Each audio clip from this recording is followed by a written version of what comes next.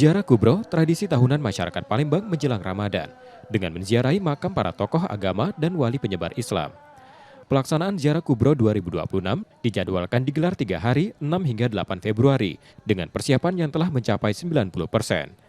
Jumlah jemaah diperkirakan meningkat dan menembus lebih dari 20.000 orang, dengan dukungan pemerintah Provinsi Sumatera Selatan. Masyarakat terutama yang ada di kota Palembang dan Sumatera Selatan ini ikut serta di dalam acara ini. Jangan sampai acara ini dikenal oleh orang internasional, dikenal oleh orang yang di luar Sumatera Selatan, tapi orang Sumatera Selatan sendiri, orang Palembang tidak mengenal event yang begitu besar dan barokah ini. Seperti tahun-tahun sebelumnya, kegiatan ini juga akan dihadiri jemaah dari berbagai negara, menambah kehikmatan tradisi religi di Palembang. Muhammad Reza Pahlevi, Kompas TV, Palembang, Sumatera Selatan.